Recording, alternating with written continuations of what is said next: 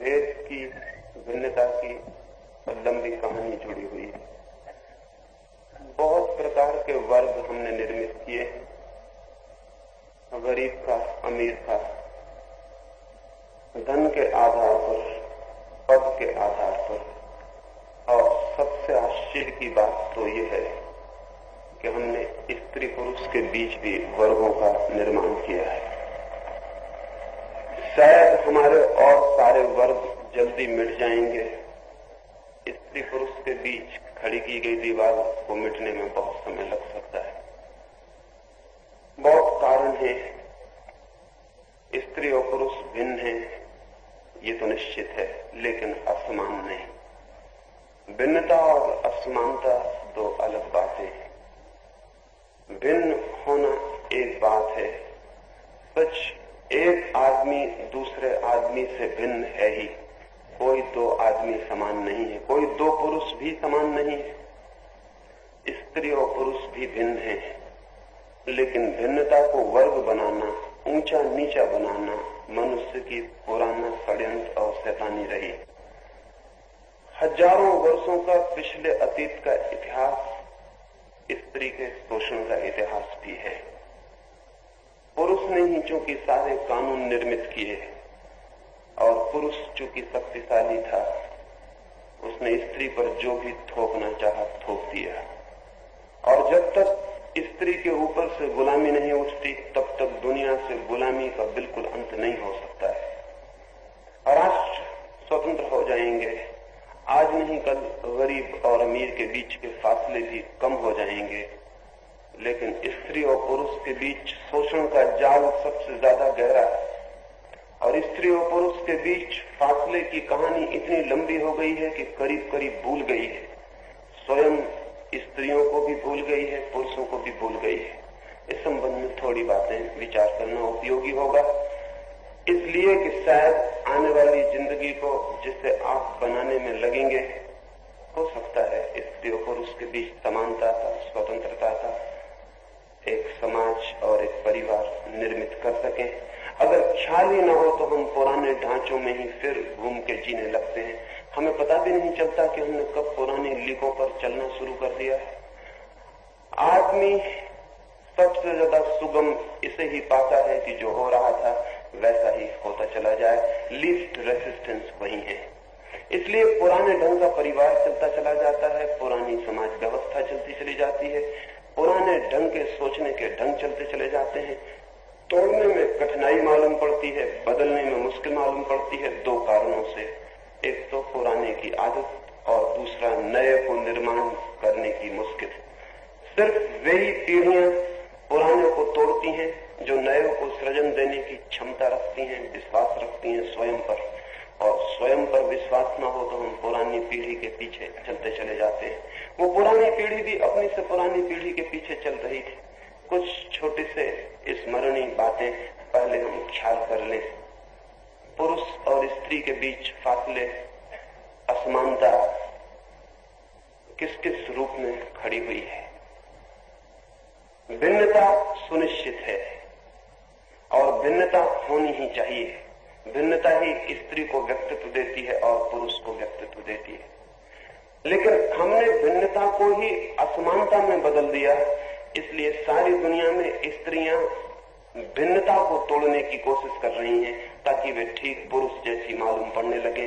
उन्हें शायद ख्याल है कि इस भांति असमानता भी टूट जाएगी। मैंने सुना एक सिनेमा गृह के सामने अमेरिका के किसी नगर में बड़ी भीड़ है, क्यू लगा हुआ है, लंबी कतार है, लोग टिकट लेने को खड़े हैं। एक बूढ़े आदमी ने अपने सामने खड़े हुए व्यक्ति से पूछा, आप देखते हैं और सामने जो लड़का खड़ा हुआ है उसने किस तरह के लड़कियों जैसे बाल बढ़ा रखे? और सामने वाले व्यक्ति ने कहा, माफ करिए, वो लड़का नहीं है, वो मेरी लड़की है। उस बूढ़े ने कहा, क्षमा करिए, मुझे क्या पता था कि आपकी लड़की है, तो आप उसके पिता हैं? उसने कहा कि नहीं, मैं उसकी मां हूं।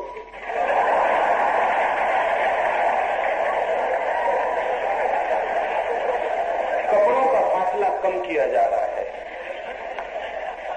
धीरे धीरे कपड़े करीब करीब एक जैसे होते चले जा रहे हैं। हो सकता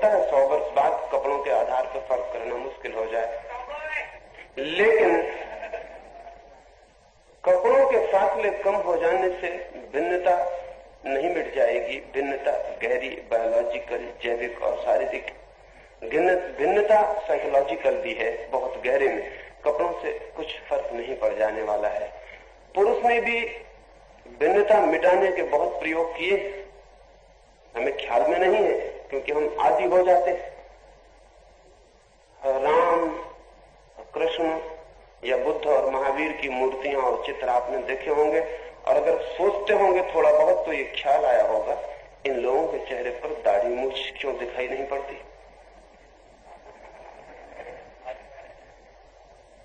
असंभव है ये बात। एक आध के साथ हो भी सकता है कि किसी एक राम, कृष्ण, बुद्ध, महावीर, किसी एक को दाढ़ी मूंछ न रही हो, ये संभव है। कभी 1000 में एक पुरुष को नहीं भी होती है।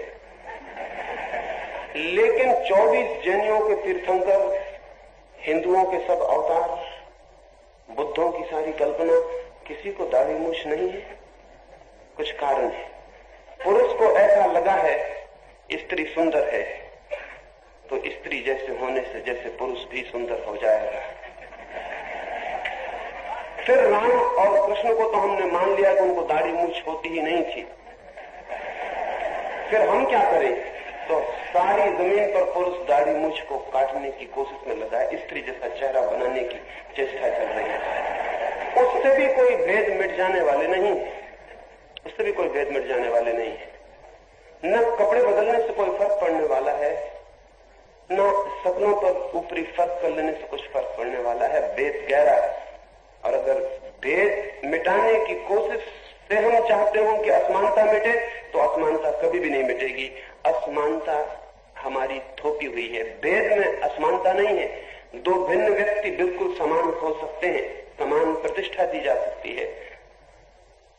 पहली भूल मनुष्य ने यह की कि भिन्नता को असमानता समझा, डिफरेंस को इनइक्वालिटी समझा, और अब उसी भूल पर दूसरी भूल चल रही है कि हम भिन्नता को कम कर लें। जो काम पुरुष करते हैं वे ही स्त्रियां करें, जो कपड़े वे पहनते हैं वे भी पहने, जिस भाषा का वे उपयोग करते हैं स्त्रियां भी वैसे ही करें। अमेरिका में जिन शब्दों का उपयोग स्त्रियों ने कभी भी नहीं किया था मनुष्य के इतिहास में, कुछ गालियां सिर्फ पुरुष ही देते हैं, वो उनका ही गौरव। अमेरिका की नई लड़कियां उन गालियों को देने के लिए भी चेष्टा में संलग्न है, उन गालियों का भी उपयोग कर रही, क्योंकि पुरुष के साथ समान खड़े हो जाने की बात है। और समानता का ख्याल ऐसा है कि हम शायद भिन्नता को किसी तरफ से लीप पोत के एक सा कर दें तो शायद समानता उपलब्ध हो जाए। नहीं, समानता उससे उपलब्ध नहीं होगी, क्योंकि असमानता का भी मूल आधार वो नहीं है। असमानता किन्हीं और कारणों से निर्मित हुई है। और जिसे हम कहानी सुनते हैं कि सत्यवान मर गया है, सावित्री उसे दूर से जाके लौटा लाई है, लेकिन कभी कोई कहानी ऐसी सुनी जिसमें पत्नी मर गई हो और पति दूर से जाके लौटा लाया? नहीं सुना है हमने। स्त्रियां लाखों वर्ष तक इस देश में पुरुषों के ऊपर बर्बाद होती रही हैं, मर के सती होती रही हैं। कभी ऐसा सुना कि कोई पुरुष भी किसी स्त्री के लिए सती हो गया हो? वो नहीं, क्योंकि सारा नियमन, सारी व्यवस्था, सारा अनुशासन पुरुष ने पैदा किया है, वो स्त्री पर थोपा हुआ है। सारी कहानियां उसने गढ़ी हैं, तो वो कहानियां गढ़ता है जिसमें पुरुष को स्त्री बचा के लौट आती। वो ऐसी कहानी नहीं गढ़ता जिसमें पुरुष स्त्री को बचा कर लौटता हो। वो तो स्त्री गई कि पुरुष दूसरी स्त्री की खोज में लग जाता, उसको बचाने का सवाल नहीं। पुरुष ने अपनी सुविधा के लिए सारा इंतजाम कर लिया। असल में जिनके पास थोड़ी सी भी शक्ति हो किसी भी भांति की, वे जो थोड़ी भी निर्मल हो किसी भी भांति से, उनके ऊपर सवार हो ही जाते हैं, मालिक बन ही जाते हैं, गुलामी पैदा हो जाती है। पुरुष थोड़ा शक्तिशाली है शरीर की दृष्टि से। ऐसे ये शक्तिशाली होना किन्हीं और कारणों से पुरुष को पीछे भी डाल देता है। पुरुष के पास स्ट्रेंथ और शक्ति तो ज्यादा है, लेकिन रेसिस्टेंस उतना ज्यादा नहीं है जितना स्त्री के पास है। और अगर पुरुष और स्त्री दोनों को किसी पीड़ा में, सफरिंग में से गुजरना पड़े तो पुरुष जल्दी टूट जाता है, स्त्री ज्यादा देर तक टिकती। रेसिस्टेंस उसका ज्यादा है, प्रतिरोधक शक्ति ज्यादा है, लेकिन सामान्य शक्ति कम है। शायद प्रकृति के लिए जरूरी है कि दोनों में ये भेद हो क्योंकि स्त्री कुछ पीड़ाएं झेलती है जो पुरुष अगर एक बार भी झेले तो फिर सारी पुरुष जाति कभी झेलने को राजी नहीं होगा। 9 महीने तक एक बच्चे को पेट में रखना और फिर उसे जन्म देने की पीड़ा और फिर उसे बड़ा करने की पीड़ा, वो कोई पुरुष कभी राजी नहीं होगा। अगर एक रात भी एक छोटे बच्चे के साथ पति को छोड़ दिया जाए तो या तो वो उसकी गर्दन दबाने की सोचेगा या अपनी गर्दन दबाने की सोचेगा। मैंने सुना है एक दिन सुबह मास्को की सड़क पर कोई एक आदमी छोटी सी बच्चों की गाड़ी को धक्का देता हुआ चला जा रहा है। सुबह है, लोग घूमने निकले हैं, फूल खिले हैं, पक्षी खिले हैं। वो आदमी रास्ते में चलते चलते बार बार ये कहता है, अब्राहम शांत रहे, अब्राहम। अब्राहम उसका नाम होगा, बच्चे का नाम होगा, पता नहीं वो किससे कह रहा है। वो बार बार कहता है, अब्राहम शांत रहे, अब्राहम धीरज रख। बच्चा रो रहा है, वो गाड़ी को धक्के दे रहा है। एक बूढ़ी औरत उसके पास आके कहती है, क्या बच्चे का नाम अब्राहम है? वो आदमी कहता है, क्षमा करना, अब्राहम मेरा नाम है। मैं अपने को समझा रहा हूं कि शांत रहे, धीरज रख, अभी घर आया चला जाता। इस बच्चे को तो समझाने का सवाल नहीं, अपने को समझा रहा हूं कि किसी तरह दोनों सही सलामत घर पहुंच जाएं। स्त्री के पास एक प्रतिरोधक शक्ति है जो प्रकृति ने उसे दी है। एक रेसिस्टेंस की ताकत है, बहुत बड़ी ताकत है। कितनी ही पीड़ा और कितने ही दुख और कितने ही दमन के बीच भी वो जिंदा रहती है और मुस्कुरा भी सकती है। पुरुषों ने जितना दबाया है स्त्री को, अगर स्त्रियों ने उस दमन को, उस पीड़ा को कष्ट से लिया होता तो शायद वे कभी की टूट गई होती, लेकिन वे नहीं टूटी। उनकी मुस्कुराहट भी नहीं टूटी। इतनी लंबी परतंत्रता के बाद भी उनके चेहरे पर कम तनाव है पुरुष की बजाय। रेसिस्टेंस की, झेलने की, सहने की, टॉलरेंस की, सहिष्णुता की बड़ी शक्ति उनके पास है, लेकिन मस्कुलर, बड़े पत्थर उठाने की और बड़ी कुल्हाड़ी चलाने की शक्ति उनके पास कम है। शायद जरूरी है कि पुरुष के पास वैसी शक्ति ज्यादा हो। उसे कुछ जो काम करने हैं जिंदगी में वो वैसी शक्ति की मांग करते हैं, स्त्री को जो काम करने हैं वे वैसी शक्ति की मांग करते हैं। और प्रकृति, या अगर हम कहें परमात्मा, इतनी व्यवस्था देता है जीवन को कि सब तरफ से जो जरूरी है जिसके लिए वो उसे मिल जाता है। कभी हमने ख्याल भी नहीं किया, जमीन पर इतनी बड़ी पृथ्वी पर कोई 3-3.5 अरब लोग हैं, स्त्रियां पुरुष सब मिलाकर। किसी घर में लड़के ही लड़के पैदा हो जाते हैं, किसी घर में लड़कियां भी हो जाती हैं, लेकिन अगर पूरी पृथ्वी का हम हिसाब रखें तो लड़के और लड़कियां करीब करीब बराबर पैदा होते हैं। पैदा होते वक्त बराबर नहीं होते, लेकिन 5-6 साल में बराबर हो जाते हैं। पैदा होते वक्त 125 लड़के पैदा होते हैं 100 लड़कियों पर, क्योंकि लड़कों का रेसिस्टेंस कम है। 25 लड़के तो जवान होते होते मर जाने वाले। लड़के ज्यादा पैदा होते हैं, लड़कियां कम पैदा होती हैं, लेकिन जवान होते होते लड़के और लड़कियों की संख्या दुनिया में करीब करीब बराबर हो जाती है। कोई बहुत गहरी व्यवस्था भीतर से काम करती है। नहीं तो कभी ऐसा भी हो सकता है, इसमें कोई दुर्घटना तो नहीं कि जमीन पे स्त्रियां ही स्त्रियां हो जाएं एक बार, या पुरुष ही पुरुष हो जाएं। ये संभावना है अगर बिल्कुल अंधेरे में व्यवस्था चल रही हो, लेकिन भीतर कोई नियम काम करता है और नियम के पीछे बायोलॉजिकल व्यवस्था है। जितने अणु होते हैं, वीर्याणु होते हैं, उनमें आधे स्त्रियों को पैदा करने में समर्थ हैं, आधे पुरुषों को। इसलिए कितना ही एक घर में भेद पड़े, लंबे विस्तार पर भेद बराबर हो जाता है। स्त्री को वो शक्तियां मिली हुई हैं जो उसे अपने काम को, और स्त्री का बड़े से बड़ा काम उसका मां होना है, उससे बड़ा काम संभव नहीं है। और शायद मां होने से बड़ी कोई संभावना पुरुष के लिए तो है ही नहीं, स्त्री के लिए भी नहीं। मां होने की संभावना हम सामान्य रूप से ग्रहण कर लेते हैं। कभी आपने नहीं सोचा होगा, इतने पेंटर हुए, इतने मूर्तिकार हुए, इतने चित्रकार, इतने कवि, इतने आर्किटेक्ट, लेकिन स्त्री कोई एक बड़ी चित्रकार नहीं हुई। कोई एक स्त्री बड़ी आर्किटेक्ट, वस्तु कला में कोई अग्रणी नहीं हुई। कोई एक स्त्री ने बहुत बड़ा संगीत जन्म नहीं दिया, और कोई एक स्त्री ने कोई बहुत अद्भुत मूर्ति नहीं काटी। सृजन का सारा काम पुरुष ने किया। तो कई बार पुरुष को ऐसा ख्याल आता है कि क्रिएटिव, सृजनात्मक शक्ति हमारे पास है, स्त्री के पास कोई सृजनात्मक शक्ति नहीं, लेकिन बात उल्टी है। स्त्री पुरुष को पैदा करने में इतना बड़ा श्रम कर लेती है कि और कोई सृजन करने की जरूरत नहीं रह जाती। स्त्री के पास अपना एक क्रिएटिव एक्ट है, एक सृजनात्मक कृत्य है जो इतना बड़ा है कि पत्थर की मूर्ति बनाना और एक जीवित व्यक्ति को बड़ा करना। लेकिन स्त्री के काम को हमने सहज स्वीकार कर लिया है, और शायद इसीलिए स्त्री की सारी सृजनात्मक शक्ति उसके मां बनने में लग जाती। उसके पास और कोई सृजन की न सुविधा बचती, न शक्ति बचती, न कोई आयाम, कोई डायमेंशन बचता, न सोचने का कोई सवाल है। एक छोटे से घर को सुंदर बनाने में, लेकिन हम कहेंगे कि छोटे से घर को सुंदर बनाना, कोई माइकलएंजेलो तो पैदा नहीं हो सकता, कोई वान गॉग तो पैदा नहीं हो जाएगा, कोई इज़रा पाउंड तो पैदा नहीं होगा, कोई कालिदास तो पैदा नहीं होगा। एक छोटे से घर को, लेकिन मैं कुछ घरों में जाके ठहरता रहा हूं। एक घर में ठहरा था, मैं हैरान हो गया। गरीब घर है, बहुत संपन्न नहीं है, लेकिन इतना साफ सुथरा, इतना स्वच्छ मैंने कोई घर नहीं देखा। लेकिन उस घर की प्रशंसा करने कोई कभी नहीं जाएगा। घर की गृहिणी उस घर को ऐसा पवित्र बना रही कि कोई मंदिर भी उतना स्वच्छ और पवित्र नहीं मालूम पड़ता। लेकिन उसकी कौन फिक्र करेगा? कौन माइकलएंजेलो, कालिदास और वान गॉग में उसकी गिनती करेगा? वो खो जाएगी। वो बहुत ऐसा काम कर रही है जिसके लिए कोई प्रतिष्ठा नहीं मिलेगी। क्यों नहीं मिलेगी? नहीं मिलेगी ये दुनिया पुरुषों की दुनिया है।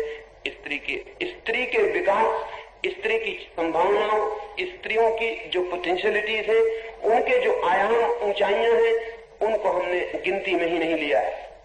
अगर एक आदमी गणित में कोई नई खोज कर ले तो नोबेल प्राइज मिल सकती है, लेकिन स्त्रियां निरंतर प्रेम के बहुत नए नए आयाम खोजती हैं, कोई नोबेल प्राइज उनके लिए नहीं है। वो स्त्रियों की दुनिया नहीं है। स्त्रियों का सोचने के लिए, स्त्रियों को दिशा देने के लिए, उनके जीवन में जो हो उसे भी मूल्य देने का हमारे पास कोई आधार नहीं। हम सिर्फ पुरुषों को आधार देते हैं। इसलिए अगर हम इतिहास उठाकर देखें तो उसमें चोर, डकैत, हत्यारे, बड़े बड़े आदमी मिल जाएंगे।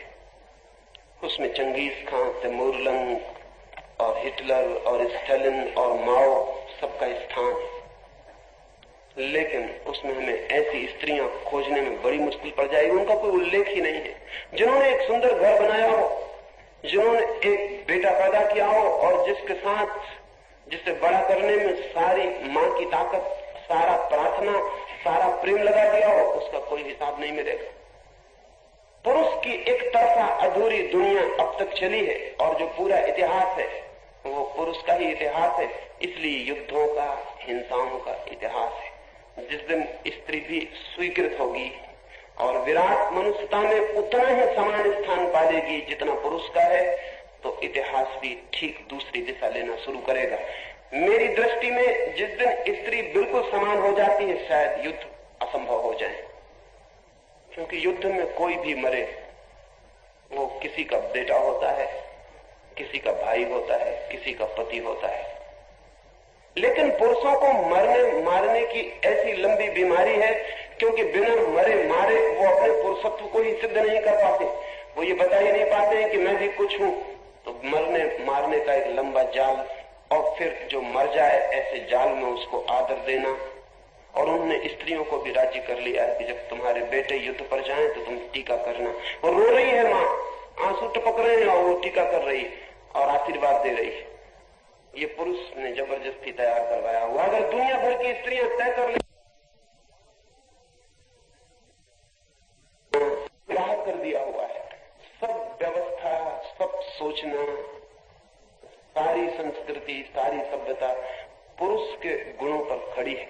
इसलिए पूरा मनुष्य का इतिहास युद्धों का इतिहास है।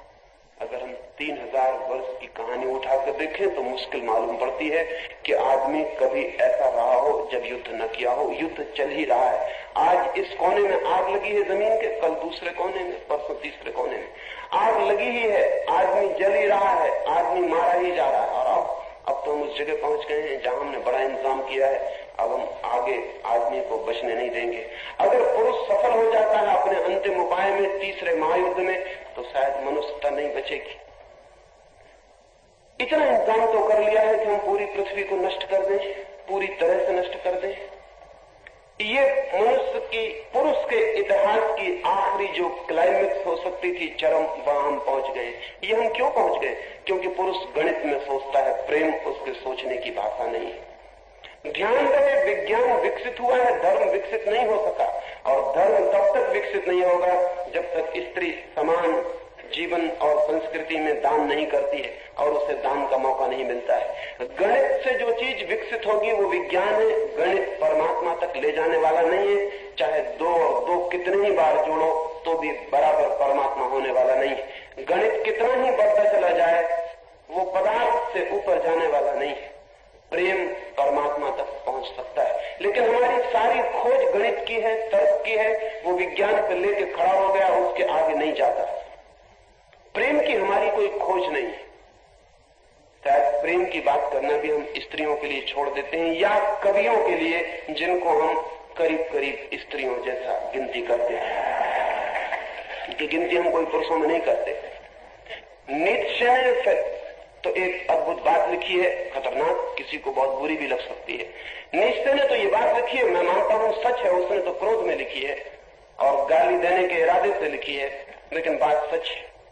नीत्शे ने लिखा है कि बुद्ध और क्राइस्ट को मैं वुमेनिस्ट मानता हूं, स्त्रीण मानता हूं। बुद्ध और क्राइस्ट को मैं स्त्रीण मानता हूं, मैं पुरुष नहीं मानता, क्योंकि जो लड़ने की बात ही नहीं करते और जो लड़ने से बचने की बात करते हैं वो पुरुष कैसे हो सकते हैं? पुरुष तो लड़ने में ही है। नीत्शे ने कहा, मैंने सुंदरतम जो दृश्य देखा है जीवन में वो तब देखा जब सूरज की उगती रोशनी में सिपाहियों की चमकती हुई तलवारें और उनके चमकते हुए बूटों की आवाजें और उनका एक पंक्तिबद्ध रास्ते से गुजरना, सूरज की रोशनी का गिरना और पंक्तिबद्ध उनके पैरों की आवाज और उनकी चमकती हुई तन संगीनें, मैंने उससे सुंदर दृश्य जीवन में दूसरा नहीं देखा है। अगर ये आदमी और ये मानता है कि ऐसा दृश्य सुंदर है तो फूल स्त्रीण हो जाएंगे निश्चित ही। जब चमकती हुई संगीनें सुंदर है तो फूल कहां टिकेंगे? फूलों को बाहर कर देना होगा सौंदर्य के।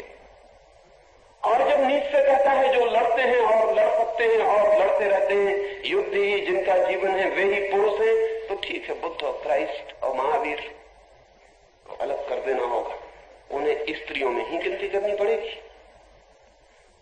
लेकिन दुनिया में जो भी प्रेम के रास्ते से गया हो उसमें किसी न किसी अर्थों में नीत्शे का कहना ठीक ही है कि वो स्त्रीण है। ये अपमानजनक नहीं। अगर पुरुष ने भी प्रेम किया हो तो वो जो पुरुष की जो आम धारणाएं हैं युद्ध की, संघर्ष की, हिंसा की, वायलेंस की, वो गिर जाती हैं और नई धारणाएं पैदा होती हैं, सहयोग की, क्षमा की, प्रेम की। एक बुद्ध का भिक्षु था, उस भिक्षु का नाम था पूर्ण। उसकी शिक्षा पूरी हो गई और शिक्षा पूरी हो जाने पर बुद्ध ने उससे कहा कि पूर्ण, अब तू जा और मेरे प्रेम की खबर लोगों तक पहुंचा दे। तू उन जगहों में जा जहां कोई भी न गया हो, तू मेरी खबर ले जा प्रेम की। हिंसा की खबरें बहुत पहुंचाई गई, कोई प्रेम की खबर भी पहुंचाए। उस पूर्ण ने बुद्ध के पैर छुए और कहा, मुझे आज्ञा दें कि मैं सूखा नाम का छोटा सा बिहार का एक हिस्सा था, वहां जाऊं और आपका संदेश ले जाऊं। बुद्ध ने कहा, वहां तू मत जा तो बड़ी कृपा हो, वहां के लोग अच्छे नहीं है, वहां के लोग बहुत बुरे हैं। पूर्ण ने कहा, तब मेरी वहां जरूरत है, जहां लोग बुरे हैं और अच्छे नहीं हैं, वहीं तो प्रेम का संदेश ले जाना पड़ेगा। बुद्ध ने कहा, फिर मैं तुझसे 2-3 प्रश्न पूछता हूं, तो उत्तर दे दे तब जा। मैं तुझसे पहले पूछता हूं कि अगर वहां के लोगों ने तेरा अपमान किया, गालियां दी, तो तुझे क्या होगा? पूर्ण ने कहा, क्या होगा? मैं सोचूंगा लोग कितने अच्छे हैं, सिर्फ गालियां देते हैं, अपमान करते हैं, मारते नहीं, मार भी सकते थे। बुद्ध ने कहा, यहां तक भी ठीक, लेकिन अगर वे मारने लगे, वे लोग बुरे हैं, मार भी सकते हैं। अगर उन्होंने मारा और तेरे प्रेम के संदेश पर पत्थर फेंके और लकड़ियां तेरे सिर पर बरसी, तो तुझे क्या होगा? पूर्ण ने कहा, क्या होगा? मुझे यही होगा, लोग अच्छे हैं, सिर्फ मारते हैं, मार ही नहीं डालते। बुद्ध ने कहा, मैं तीसरी बात और पूछता हूं, अगर उन्होंने तुझे मार ही डाला तो मरते क्षण में तेरे मन को क्या होगा? पूर्ण ने कहा, मेरे मन को होगा, कितने भले लोग हैं, मुझे उस जीवन से मुक्त कर दिया जिसमें भूल चूक हो सकती थी, जिसमें मैं भटक भी सकता था, जिसमें मैं भी मारने को तैयार हो सकता था, उससे से मुक्त कर दिया। बुद्ध ने कहा तू जा, तेरा प्रेम पूरा हो गया, और जिसका प्रेम पूरा हो गया है वही युद्ध के विपरीत, हिंसा के विपरीत खबर और हवा ले जा सकता। तू जा।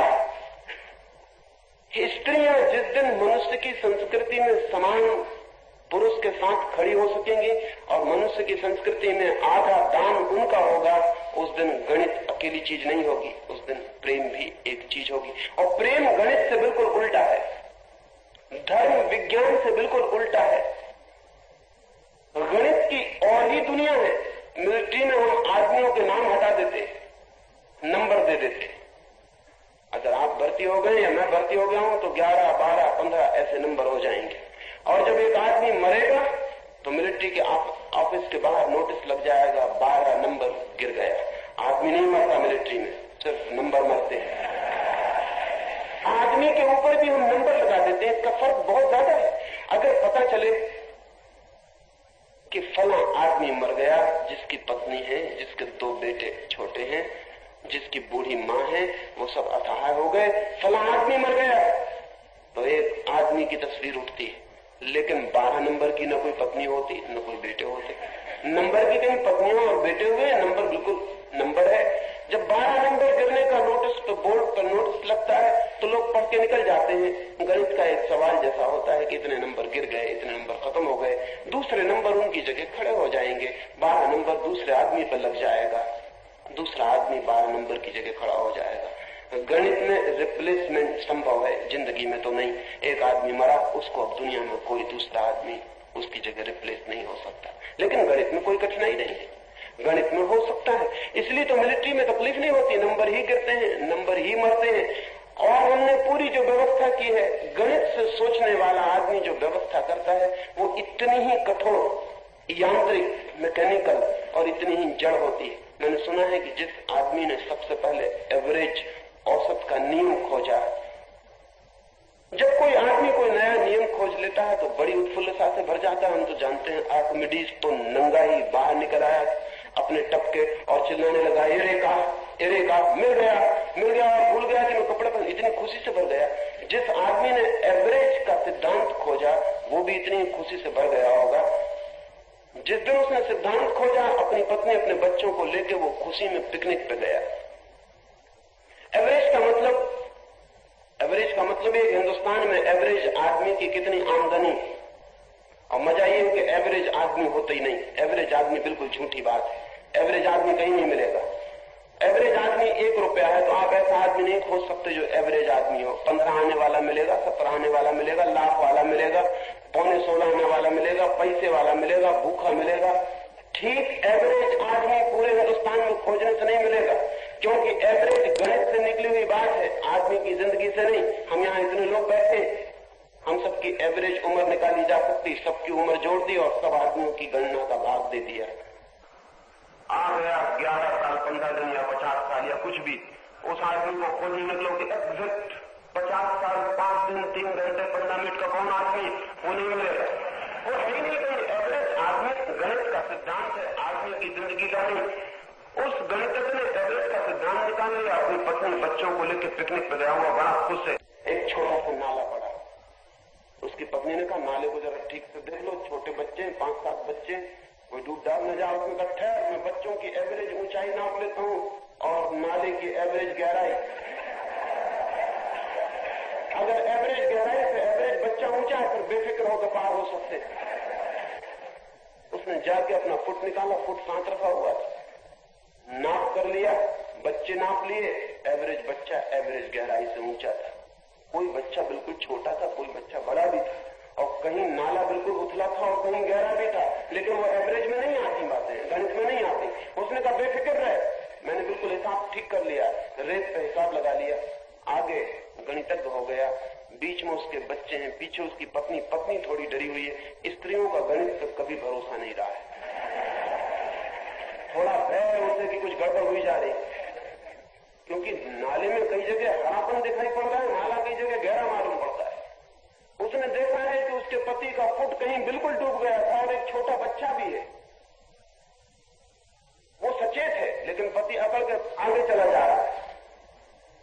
एक बच्चा डूबने लगा, उसकी पत्नी ने चिल्ला के कहा कि देखिए बच्चा डूब रहा है। उसने क्या किया?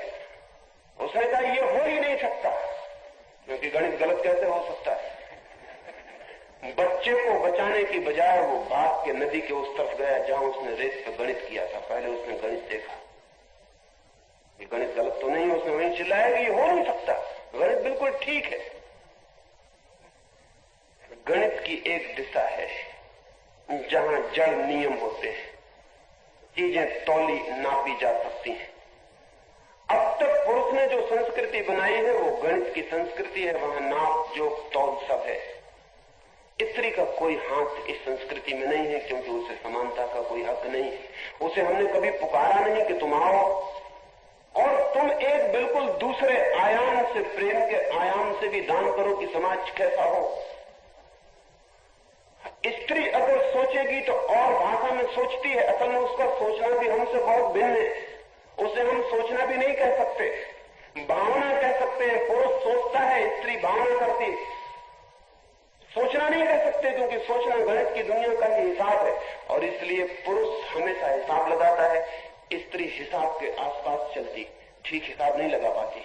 ठीक हिसाब नहीं है उसके पास। लेकिन जिंदगी अकेला गणित नहीं है। जिंदगी बहुत बड़े अर्थों में प्रेम है, जहां कोई हिसाब नहीं होता, जहां कोई गणित नहीं होता। जिंदगी बहुत बेबूझ है, और इस जिंदगी को अगर हमने सिर्फ गणित की सीधी साफ रेखाओं पर निर्मित किया तो हम सीधी साफ रेखाएं बना लेंगे, लेकिन आदमी पुछता चला जाएगा, मिटता चला जाएगा। और ये हो रहा है, रोज ये हो रहा है कि आदमी की जड़ें नीचे से कट रही, क्योंकि हम जो इंतजाम कर रहे हैं वो ऐसा इंतजाम है जिसके ढांचे में जिंदगी नहीं पल सकती। जैसे कि अगर समझ लें कि मुझे एक फूल बहुत प्यारा लगे तो मैं एक तिजोरी मुंह से बंद कर लूं। गणित यही कहेगा, तिजोरी में बंद कर लो, ताला लगा दो जोर से। मुझे सूरज की रोशनी बहुत अच्छी लगे, एक पेटी में बंद कर लूं, अपने घर रखूं बांधकर। लेकिन जिंदगी पेटियों में बंद नहीं होती, न गणित की पेटियों में, न साइंस की पेटियों में, कहीं बंद नहीं होती। जिंदगी बाहर छूट जाती, एकदम छूट जाती। मुट्ठी बांधी, अगर यहां हवा है और मैं मुट्ठी जोर से बांधूं और सोचूं कि हवा को हाथ के भीतर बंद कर लूंगा, मुट्ठी जितने जोर से बंधेगी हवा उतने हाथ के बाहर हो जाएगी। जिंदगी बंधना मानती नहीं, जिंदगी एक तरलता और एक बहाव है। लेकिन हमारी पुरुष की चिंतना की सारी जो कैटेगरीज है, पुरुष के सोचने का जो ढंग है, वो सब चीजों को बांधता है, व्यवस्थित बांध लेता है, हिसाब में बांध लेता है। अगर उससे पूछो कि मां का क्या मतलब है, अगर ठीक पुरुष से पूछो कि मां का क्या मतलब है, तो वो कहेगा बच्चे पैदा करने की एक मशीन। और क्या हो सकता है?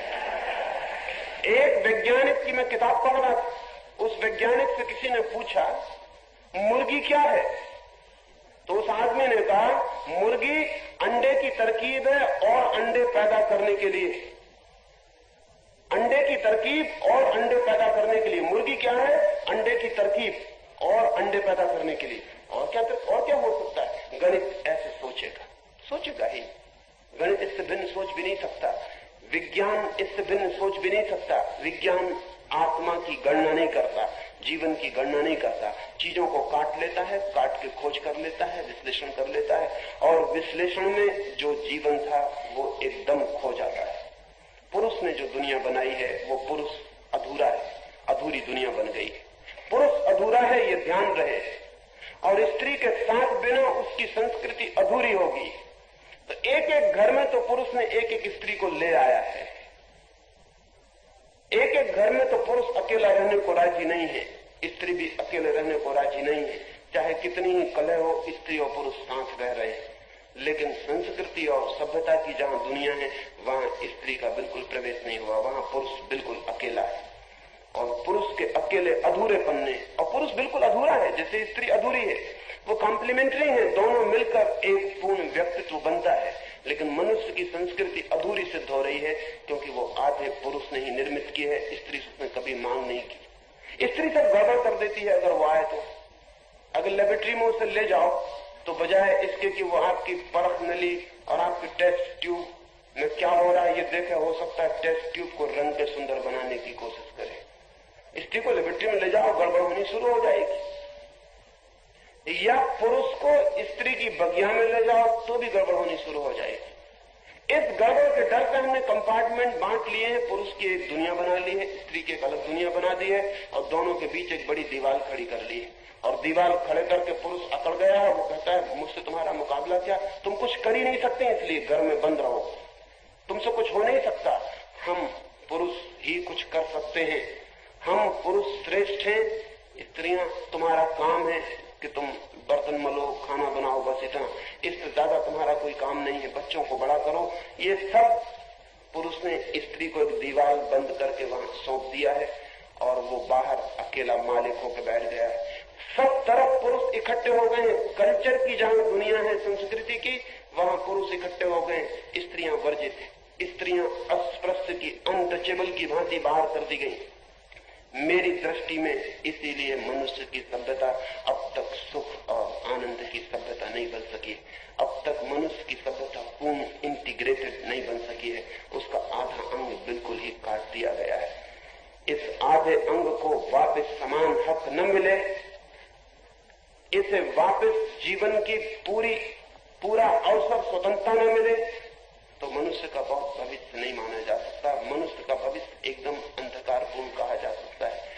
स्त्री को लाना है, भेद है, भिन्नताएं हैं, भिन्नताएं आनंदपूर्ण है, भिन्नताएं दुख का कारण नहीं है, असमानता दुख का कारण है।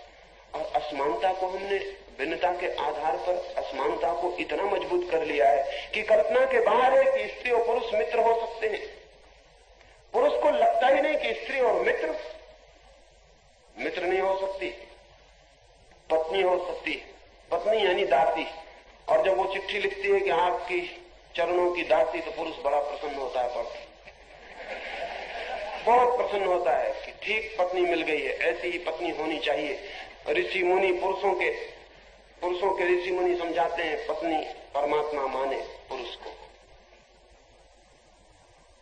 पुरुष खुद ही समझा रहा है कि मुझे परमात्मा मानो, और स्त्रियों के दिमाग को वो 3000 साल से कंडीशन कर रहा है और उनके दिमाग में ये प्रचार कर रहा है कि मुझे ये मानो।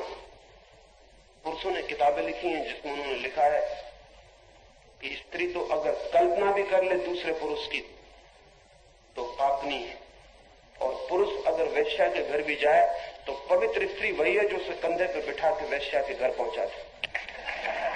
मजेदार लोग, बहुत मजेदार लोग। और हम, लेकिन ये स्वीकृत हो गया, इसमें स्त्रियों को भी ऐतराज नहीं है, ये स्वीकृत हो गया है। स्त्रियों को इतने दिन से प्रोपेगेंडा किया गया, उनकी खोपड़ी पर हैमरिंग की गई है, उन्होंने मान लिया है। बचपन से ही उन्हें नंबर 2 की स्थिति स्वीकार करने के लिए माँ बाप तैयार करते हैं। वो नंबर 1 नहीं, वो नंबर 1 नहीं है, वो नंबर 2 है। इसकी स्वीकृति बचपन से उनके मन तक थोपती चली जाती है।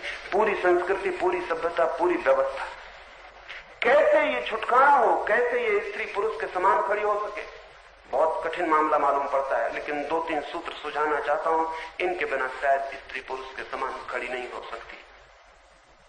और ध्यान रहे, जब तक पूरी परिस्थिति नहीं बदलती है, पुरुष कितना ही कहे कि तुमको भी तो समान हक है वोट करने का, तुम समान हो, सब बातें ठीक है, असमानता क्या है, इससे कुछ हल नहीं होगा। स्त्री के नीचे उसके जीवन की गुलामी में, उसकी असमानता में कुछ कारण है। जैसे जब तक स्त्रियों की अपनी कोई आर्थिक स्थिति नहीं है, जब तक उनकी कोई अपनी इकोनॉमिक, अर्थगत, संपत्तिगत अपनी कोई स्थिति नहीं है, तब तक स्त्रियों की समानता बातचीत की बात होगी। गरीब अमीर समान है, हम कहते हैं गरीब अमीर समान है, बराबर वोट का हक है, सब ठीक है, लेकिन गरीब अमीर समान कैसे हो सकते हैं? वो अमीरी और गरीबी इतनी बड़ी असमानता पैदा कर देती। और स्त्रियों से ज्यादा गरीब कोई भी नहीं है, क्योंकि हमने उनको बिल्कुल अपंग कर दिया है, कमाने से, पैदा करने से अपंग कर दिया है। वो कुछ पैदा नहीं करती, न वो कुछ कमाती, न वो जिंदगी में आके बाहर कुछ काम करती, घर के भीतर बंद कर दिया। उनकी गुलामी का मूल सूत्र ये है, वो जब तक आर्थिक रूप से बंधी हैं, तब तक वे समान हक में हो भी नहीं सकती। और बुरा है, ये एकदम बुरा है, क्योंकि स्त्रियां सब तरफ फैल जाएं सब कामों में, तो पुरुष के सब तरफ कामों में जो पुरुषपन आ गया है वो सब शिथिल हो जाए। फर्क हम जानते हैं, फर्क बहुत स्पष्ट है। स्त्री के प्रवेश से ही एक और हवा हर दफ्तर में प्रविष्ट हो सकती है, हो ही जाती है। एक क्लास जहां लड़के ही लड़के पढ़ रहे हैं और पुरुष ही पढ़ा रहा है, एक और तरह की क्लास है जहां 4 लड़कियां भी आके बैठ गई हैं। क्लास की हवा में फर्क पड़ गया है, बुनियादी फर्क पड़ गया है। ज्यादा कोमल, ज्यादा सुगंध से भरी वो हवा हो गई है। कम पुरुष, कम कठोर, चीजें शिथिल हो गई हैं और चीजें ज्यादा शिष्ट हो गई हैं। स्त्री को जीवन के सब पहलुओं पर फैला देने की जरूरत है। ऐसा कोई काम नहीं है जो कि स्त्रियां न कर सकती हों। रूस में स्त्रियों ने सब काम करके बता दिया है, हवाई जहाज के पायलट होने से छोटे मोटे काम तक। एक स्त्री ने अंतरिक्ष में उड़ के भी बताया है। वो इस बात की खबर है कि स्त्रियां करीब करीब सब काम कर सकती हैं। कुछ काम होंगे जो एकदम मस्कुलर हैं, कुछ काम होंगे अब तो नहीं रह गए, क्योंकि मसल का काम सब मशीन करने लगी है। पुराना जमाना गया, कोई शेर मेर से लड़ने जाना नहीं पड़ता, और गामा वगैरह बनना सब अब बेवकूफी हो गई है, कोई समझ की बातें नहीं है। अब तो मसल का काम मशीन ने कर दिया है, इसलिए स्त्री को समान होने का पूरा मौका मिल गया है। मशीन बड़े से बड़ा काम कर देती है, बड़े से बड़ा पत्थर उठा देती है, बड़े से बड़ी गाड़ी को खींच देती है, बड़े से बड़े वजन को धका देती है। अब पुरुष को भी धकाना नहीं पड़ता है, अब कोई जरूरत नहीं। अब स्त्री प्रत्येक काम में पुरुष के साथ खड़ी हो सकती है। और जैसे ही स्त्री जीवन के सब पहलुओं में प्रविष्ट कर जाएगी, सभी पहलुओं के वातावरण में बुनियादी फर्क पड़ेगा। और कुछ काम तो ऐसे हैं, अब ये हैरानी की बात है, ऐसा शायद ही कोई काम अब बचा है पुरुष के पास जो स्त्री नहीं कर सकती, लेकिन कुछ काम ऐसे हैं जो स्त्रियां ही कर सकती हैं और पुरुष नहीं कर सकते। और उन कामों को भी पुरुष पकड़े हुए हैं, जैसे शिक्षक का काम है। शिक्षक का काम से पुरुष को हट जाना चाहिए। पुरुष शिक्षक हो ही नहीं सकता, उसका डिक्टेटोरियल माइंड इतना ज्यादा है तो शिक्षक नहीं हो सकता। वो थोपने की कोशिश करता है, वो जो भी मानता है उसे थोपने की कोशिश करता है। उसका आग्रह जो मैं कहता हूं वो ठीक है। वो यील्डिंग नहीं है, वो झुक नहीं सकता, वो विनम्र नहीं हो सकता, ह्यूमिलिटी नहीं है, हम्बलनेस नहीं है। शिक्षक अगर जरा भी थोपने वाला है, दूसरी तरफ के मस्तिष्क को बुनियादी रूप से नुकसान पहुंचाता है, और नुकसान पहुंचता है सारी मनुष्य जाति को। क्योंकि शिक्षक कैसे व्यवहार कर रहा है, निश्चित ही सारी दुनिया में शिक्षा का करीब करीब सारा काम, करीब करीब कहता हूं सारा काम स्त्रियों के हाथ में चले ही जाना चाहिए। ये बिल्कुल ही उचित होगा, हितकर होगा, महत्वपूर्ण होगा, क्योंकि शिक्षा तब एक रूखी सूखी बात नहीं रह जाएगी, उसके साथ एक रस और एक पारिवारिक वातावरण जुड़ जाएगा और संबंधित हो जाएगा। बहुत काम ऐसे हो सकते हैं जो तो स्त्रियों को पूरी तरह उपलब्ध हो जाने चाहिए, और बहुत काम जो स्त्रियां कर सकती हों उन्हें सब तरफ से निमंत्रण मिलने चाहिए। और बहुत दिशाएं जो हमेशा से अधूरी पड़ी हैं, जिनको कभी छुआ नहीं गया, वो खोली जानी चाहिए। वो उन दिशाओं के दरवाजे तोड़े जाने चाहिए, ताकि एक और तरह की चिंतना, स्त्री की चिंतना, स्त्री की भावना बिल्कुल और तरह की है। उसमें कुछ डायमेट्रिकली अपोजिट, कुछ बुनियादी रूप से उल्टे तत्व हैं। वो ज्यादा इंट्यूटिव है, इंटेलेक्चुअल नहीं है। वो बहुत बुद्धि और तर्क की नहीं है, ज्यादा अंतर अनुभूति की है। मनुष्य अंतर अनुभूति से शून्य हो गया है, बिल्कुल शून्य है। स्त्रियां अगर सब दिशाओं में फैल जाएं और जीवन घरों में बंद न रह जाएं, क्योंकि घरों का काम इतना उबाने वाला है, इतना बोरिंग है, इतना बोर्डम से भरा हुआ है कि उसे तो मशीन के हाथ में धीरे धीरे छोड़ देना चाहिए आदमी को करने की। न स्त्रियों को न पुरुषों को कोई जरूरत नहीं है। रोज सुबह वही काम, रोज दोपहर वही काम, रोज सांझ वही काम। एक स्त्री 40-50 वर्ष तक एक मशीन की तरह सुबह से शाम यंत्र की तरह घूमती रहती है और वही काम करती रहती है। और इसका परिणाम क्या होता है? इसका परिणाम है कि मनुष्य के पूरे जीवन में विष खुल जाता है। एक स्त्री जब 24 घंटे ऊप वाला काम करती है, रोज बर्तन मलती है, वही बर्तन, वही मलना, वही रोटी, वही खाना, वही उठाना, वही कपड़े धोना, वही बिस्तर लगाना, रोज एक चक्कर में सारा काम चलता है। थोड़े दिन में वही सबसे ऊब जाती, लेकिन करना पड़ता है। और जिस काम से कोई ऊब गया हो और करना पड़े तो उसका बदला वो किसी न किसी से लेगी। इसलिए स्त्रियां हर पुरुष से हर तरह का बदला ले रही हैं, हर तरह का बदला। पुरुष घर आया कि स्त्री तैयार है टूटने के लिए। इसलिए पुरुष घर के बाहर बाहर घूमते फिरते हैं, क्लब बनाते हैं, सिनेमा जाते हैं, 25 उपाय खोजते हैं, घर से बचने की सारी कोशिश करते। जब नहीं बच सकते तब घर पहुंचते। मैं शिक्षक था तो जिस यूनिवर्सिटी में शिक्षक था मैं हैरान हुआ। यूनिवर्सिटी तो क्लासेस मुश्किल से 1 बजे शुरू होती थी, लेकिन प्रोफेसर में देखता 11 बजे ही आके कॉमन रूम में बैठ गए। यूनिवर्सिटी क्लासेस 4 बजे खत्म हो जाती, मैं देखता कि 5, साढ़े 5 बजे तक भी वहीं जमे हुए। मैंने उनसे पूछा बात क्या है, इतनी जल्दी क्यों आ जाते हो, इतनी देर से क्यों लौटते हो? उन्होंने कहा जितनी देर घर के बाहर रह जाए उतनी ही शांति समझनी चाहिए। घर पहुंचे की तैयारी है। और इन सबको, सारे पुरुषों को ये ख्याल आता है कि स्त्रियों में कुछ गड़बड़ है, इससे ये कष्ट दे रही। नहीं, स्त्रियों का सारा काम बोर्डम का है। वो इतनी ऊब जाती है कि ऊब का बदला किससे ले। और आपके लिए वो ऊब रही हैं, आपके लिए सारा काम कर रही हैं, तो निश्चित ही आपसे बदला लिए जाने वाला है। अपने बच्चों को पीट रही हैं, उनसे बदला ले सकती हैं। पतियों से लड़ रही हैं, उनसे बदला ले सकती हैं। और फिर एक विशियस सर्कल शुरू होता है जिसमें सब कलह और सब दुख हो जाता है। नहीं, स्त्रियां तो जो भी काम घरों में कर रही हैं, अब वैज्ञानिक सुविधाएं उपलब्ध हो जाने पर वो सारा काम धीरे धीरे यंत्रों के हाथ में चला जाना चाहिए और स्त्रियां बाहर आए। और निश्चित ही जितना वो बाहर आएंगी उतना उनका मन विकसित होने का उपाय पाएगा। जितने बंद घेरे में कोई जिए उतना छोटा मन, उतनी छोटी बुद्धि, उतनी सीमा हो जाती। हम स्त्रियों को कहां जिलाते रहे बंद घरों में। अब तो थोड़ी बहुत खिड़कियां हो गई हैं, नहीं तो पुरुष खिड़कियां मिड़कियां नहीं होने देता था। खिड़की से कोई देख भी सकता है उसकी पत्नी को। पत्नी भी खिड़की के बाहर देख सकती है और उबी हुई पत्नी देख ही सकती है, पड़ोस के उबे हुए लोग भी देख सकते हैं। खिड़कियां भी नहीं थी। और स्त्रियों के ऊपर हमने काले कपड़े भी लादे हुए थे, चेहरा भी नहीं देखने देते थे। टर्की में कमाल जब हुकूमत में आया तो उसने पहला नियम बनाया कि आज से बुर्का ओढ़ना सबसे बड़ा अपराध है और कोई स्त्री बुर्का ओढ़े सड़क पर दिखाई नहीं पड़ेगी। तो जबरदस्ती बुर्के छीनने पड़े, क्योंकि स्त्रियां भी डरती थी बुर्का छीनने में। जब बुर्के छीने गए तो लाखों स्त्रियों के चेहरे देख लोग हैरान हो गए। पतियों ने भी अपनी पत्नियों के चेहरे रोशनी में नहीं देखे थे। रोशनी में स्त्री देखने के बाबत बड़ा विरोध रहा है। समझदार लोग बड़ा इंकार करते रहे।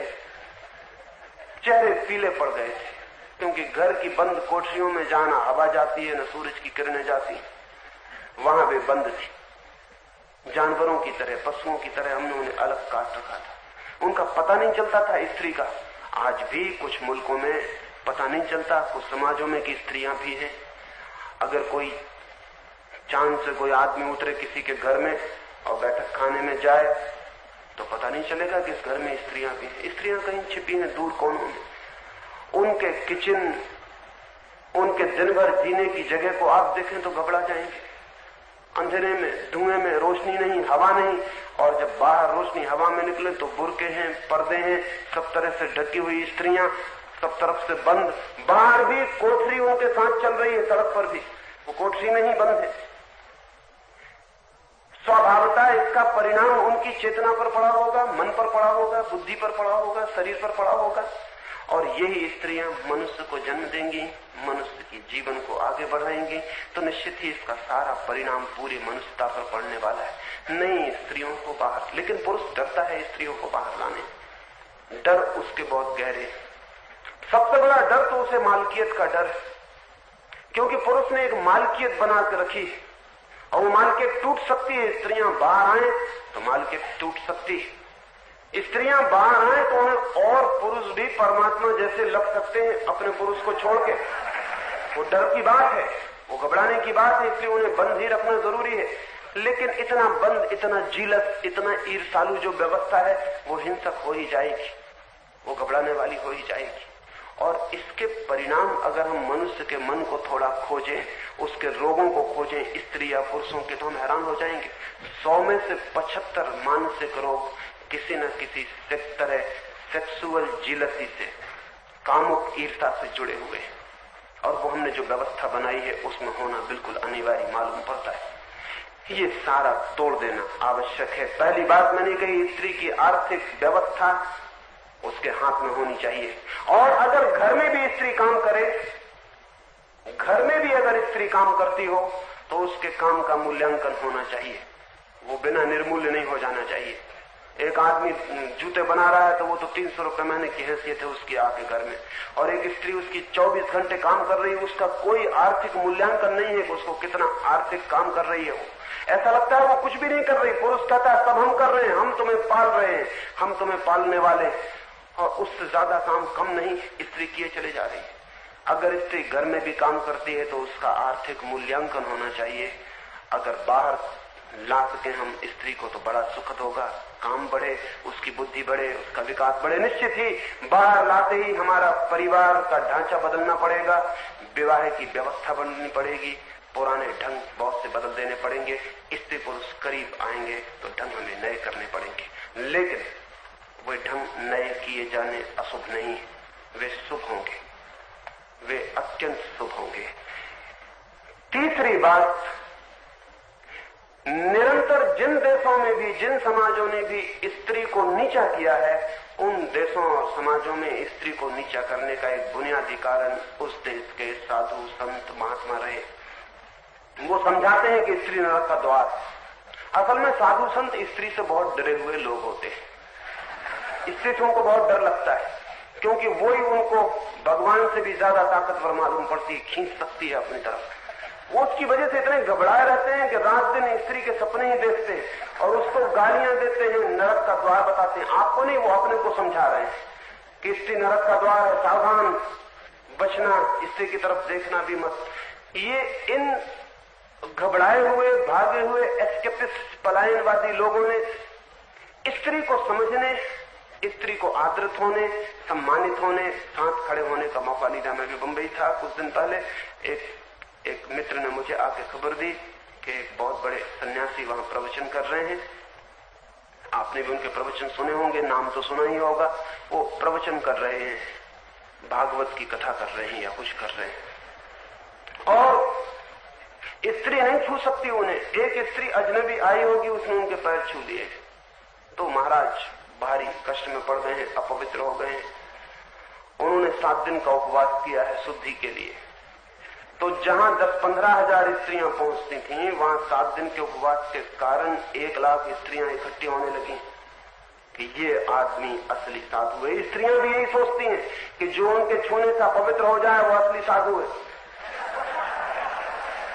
हमने उनको समझाया हुआ है, नहीं तो वहां एक स्त्री नहीं जानी थी फिर, क्योंकि स्त्री के लिए भारी अपमान की बात है। लेकिन अपमान का ख्याल ही मिट गया है। लंबी गुलामी अपमान के ख्याल मिटा देती है। लाख स्त्रियां वहां इकट्ठी हो गई हैं। सारी बंबई में ये चर्चा है कि ये आदमी है असली साधु, स्त्री के छूने से अपवित्र हो गया, 7 दिन का उपवास कर रहा है। उन महाराज को किसी को पूछना चाहिए, पैदा किससे हुए थे, हड्डी मांस मज्जा किससे बना? वो सब स्त्री से लेके आ गए हैं और अब अपवित्र होते हैं स्त्री के छूने से। हद कमजोर साधुता है जो स्त्री के छूने से अपवित्र हो जाती है। लेकिन इन्हीं सारे लोगों की लंबी परंपरा ने स्त्री को दीनहीन और नीचा बनाया है। और मजा यह है कि ये जो दीनहीनता की लंबी परंपरा है, ये परंपरा को स्त्रियां ही पूरी तरह बल देने में अग्रणी है। कभी के मंदिर मिट जाएं और कभी के गिरजे समाप्त हो जाएं, स्त्रियां ही पालन पोषण कर रही हैं मंदिरों, गिरजों, साधु संतों, महंतों का। 4 स्त्रियां दिखाई पड़ेंगी एक साधु के पास, तब कहीं एक पुरुष दिखाई पड़ेगा। वो पुरुष भी अपनी पत्नी के पीछे बेचारा चला आया हुआ होगा। तीसरी बात मैं आपसे ये कहना चाहता हूं, जब तक हम स्त्री पुरुष के बीच के ये अपमानजनक फासले, ये अपमानजनक दूरियां कि छूने से कोई अपवित्र हो जाए, नहीं तोड़ देते हैं, तब तक शायद हम स्त्री को समान हक भी नहीं दे सकते। कोई एजुकेशन शुरू हुई है, सैकड़ों विश्वविद्यालय, महाविद्यालय को एजुकेशन दे रहे हैं, लड़कियां और लड़के साथ पढ़ रहे हैं, लेकिन बड़ी अजीब सी हालत दिखाई पड़ती है। लड़के एक तरफ बैठे हुए हैं, लड़कियां दूसरी तरफ बैठे हुए हैं, बीच में पुलिस वाले की तरह प्रोफेसर खड़ा हुआ है। ये कोई मतलब है? ये कितना अशोभन, अनकल्चर एजुकेशन का एक ही मतलब हो सकता है कि कॉलेज या विश्वविद्यालय स्त्री पुरुष में कोई फर्क नहीं करता। को एजुकेशन का एक ही मतलब हो सकता है कि कॉलेज की दृष्टि में सेक्स डिफरेंसेस का कोई सवाल नहीं है। जो लड़की जहां आए आ जाएं, अलग से तो जरा बात हो सके। और यहां से तो नंबर हैं, आप आवाज भी करेंगे तो मैं नहीं समझ पाता कौन आवाज कर रहा है। अकेले आ जाएं तो थोड़ा मजा हो, आप आवाज करें मैं सुनूं। आखिरी बात और अपनी चर्चा में पूरी कर दूंगा। एक बात आखिरी, और वो ये कि अगर एक बेहतर दुनिया बनानी हो तो स्त्री पुरुष के समस्त फासले गिरा देने हैं, भिन्नता बचेगी, लेकिन समान तल पर दोनों को खड़ा कर देना है और ऐसा इंतजाम करना है कि स्त्री को स्त्री होने की कॉन्शसनेस और पुरुष को पुरुष होने की कॉन्शसनेस 24 घंटे न घेरे रहे। ये पता भी नहीं चलना चाहिए, ये 24 घंटे ख्याल भी नहीं होना चाहिए। अभी तो हम इतने लोग यहां बैठे, एक स्त्री आए तो सारे लोगों को ख्याल हो जाता स्त्री आ गई। स्त्री को भी पूरा ख्याल है कि पुरुष यहां बैठे हुए हैं। ये अशिष्टता है, अनकल्चरनेस है, असंस्कृति है, असभ्यता है। ये बोध नहीं होना चाहिए, ये बोध गिरने चाहिए। अगर ये गिर सके तो हम एक अच्छे समाज का निर्माण कर सकते हैं। मेरी बातों को इतने प्रेम और शांति से सुना, उससे बहुत अनुग्रहित हूं और अंत में सबके भीतर बैठे परमात्मा को प्रणाम करता हूं। मेरे प्रणाम स्वीकार करें।